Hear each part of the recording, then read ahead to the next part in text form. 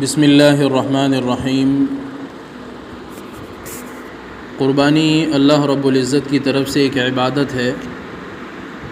ظاہر سی بات ہے، جب بندہ عبادت کرے گا اور ارادہ کرے گا تو شیطان کا کام اس میں اپنی ٹانگ اڑانا ہے اور اس ایمان والے کو، اس آدمی کو عبادت سے روکنا ہے، اچھے کام سے روکنا ہے۔ اور یہ صرف شیطان وسوسے نہیں ڈالتا، بلکہ دنیا کے اندر کچھ ایسے انسان شیطان نما بھی ہوتے ہیں کہ جن کے اندر شیطانی جو ہے کوٹ کر بھری ہوئی ہوتی ہیں، اور وہ بھی شیطانے والوں کام کرتے ہیں۔ جس طرح شیطان وسوسہ ڈالتا ہے انسان کے اندر غلط عمل کرنے کا اور عبادت سے روکنے کا، اسی طریقے سے شیطان نما کچھ انسان بھی ہوتے ہیں کہ پہلے شیطان ان کے دل میں ڈالتا ہے، اور وہ شیطان نما انسان دوسرے انسانوں کے دلوں میں کچھ وسوسے ڈالتے ہیں شریعت کے بارے میں، احکام کے بارے میں۔ تو قربانی کے بارے میں بھی ایک وسوسہ ڈالا گیا، ایک سوال اٹھایا گیا۔ وہ وسوسہ یہ ہے کہ اور یہ وسوسہ جو ڈالنے والے ہیں، یہ 100% وہ لوگ ہیں جو شریعت کے نظام کو سمجھے نہیں ہیں۔ اگر شریعت کے نظام کو سمجھتے تو شاید سوال نہ اٹھاتے۔ کیا وسوسہ ڈالا، کیا سوال اٹھایا قربانی پر؟ سوال یہ اٹھایا کہ اتنے سارے جانور ایک ہی دن میں تم لوگ اگر ذبح کر ڈالتے ہو، تم نے سارا روپیہ پیسہ، لاکھوں کروڑوں اربوں روپیے تم نے اس جانور کے پیچھے ذبح کر دیے، اس جانور کے پیچھے خرچ کر دیے۔ اگر اس کے بجائے تم جو ہے کوئی غریب خانہ بنا دیتے، اس کے بجائے تم یتیم خانہ بنا دیتے، کوئی ہسپتال بنا دیتے، کوئی عبادت گاہ بنا دیتے، کوئی مدرسہ قائم کر لیتے، تو کتنا بڑا نفع ہو جاتا اور کتنا بڑا ثواب مل جاتا۔ تو یہ ایک وسوسہ اور قربانی پر ایک سوال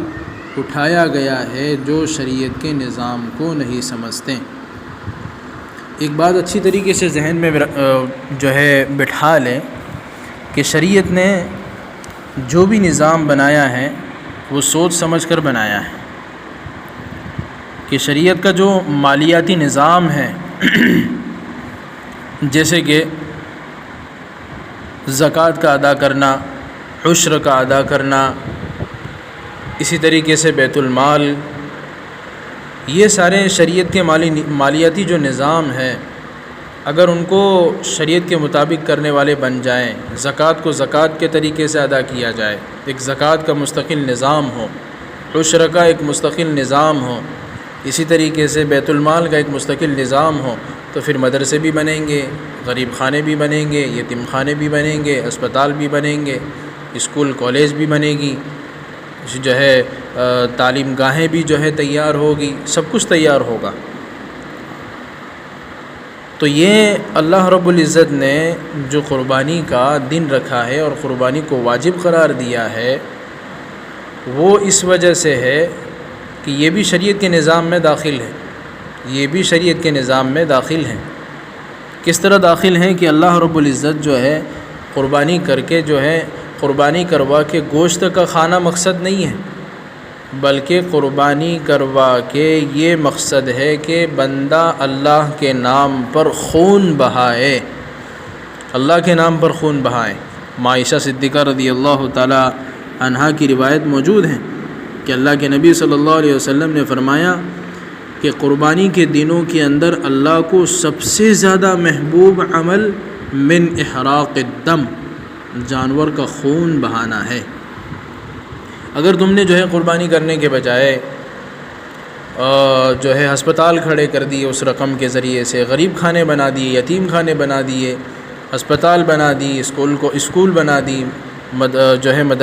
دینی درسگاہیں قائم کر لی قربانی کرنے کے بجائے، تو پھر یہ مقصد کیسے پورا ہوگا کہ بندہ اللہ کے لیے جو ہے خون بہائے،